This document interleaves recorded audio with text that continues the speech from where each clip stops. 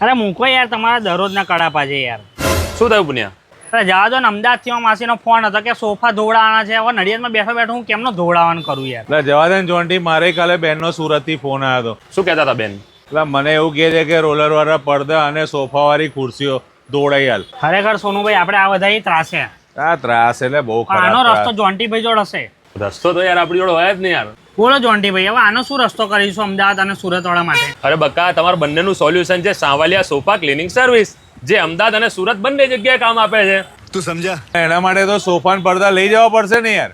અરે ના બક્કા, આપણે લઈ જવાની જરૂર નહીં, એ લોકો હોમ સર્વિસ આપે છે. આ જોન્ટીભાઈ, આ લોકોની આટલી સર્વિસ જોરદાર છે, બરાબર? તો એમનો એક વિડીયો બનાવી દો ને, આપણા જેવા બીજા લોકોને કામ લાગે. ચલો એમનો વિડીયો બનાવી દઈએ આજે. હા મિત્રો, જો સાવરિયા સોફા ક્લિનિંગ સર્વિસની વાત કરીએ તો એ લોકો અમદાવાદ અને સુરતમાં ઘણા વર્ષોથી સર્વિસ આપી રહ્યા છે, અને એ પણ હોમ સર્વિસ, જેમાં સોફા હોય, કાર્પેટ હોય, ચેર હોય, કારની સીટો હોય કે પછી રોમન કે રોલર પડદા હોય, દરેક વસ્તુ ઘરે આવીને વોશ કરી આપે છે, અને એ પણ કેમિકલથી. क्या बात कर रहे हैं बाबा? तो मुलाकात करिए कमलेश भाई जोड़े.